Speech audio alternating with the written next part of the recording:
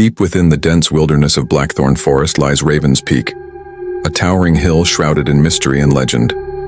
Locals warn travelers to stay away, whispering about the curse that plagues its slopes. But when 5 adventurous hikers decided to explore the uncharted hill, they dismissed the stories as nothing more than superstition. Eager to escape the noise of the city, Sarah, Ethan, Mia, Lucas, and Jack began their journey at dawn. The forest was serene, the morning sun casting golden beams through the canopy. Laughter echoed as they made their way up the winding trails, unaware that the forest was already watching them.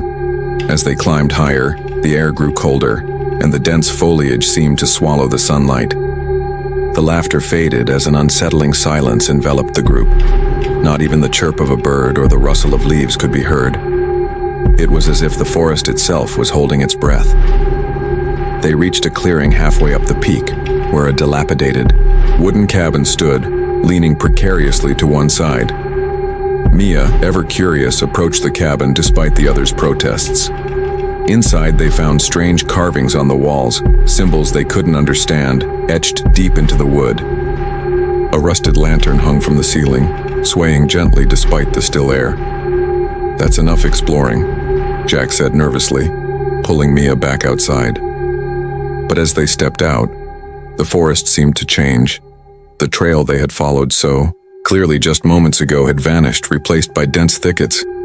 "Did we come from this way?" Ethan asked, his voice wavering. They wandered aimlessly, trying to find the path, but the more they walked, the more the forest seemed to twist and stretch, defying logic. Hours passed, and the sun began to set, casting long, eerie shadows across the ground. As darkness fell, they decided to set up camp. Around a small fire, they sat in uneasy silence, their nerves fraying. Suddenly, a low, guttural growl echoed through the trees. Sarah gripped Ethan's arm. "What was that?" Before anyone could answer, a figure emerged from the shadows. It was humanoid but wrong. Its limbs too long, its movements jerky and unnatural. Its hollow eyes glowed faintly in the firelight, and its mouth twisted into a sinister grin.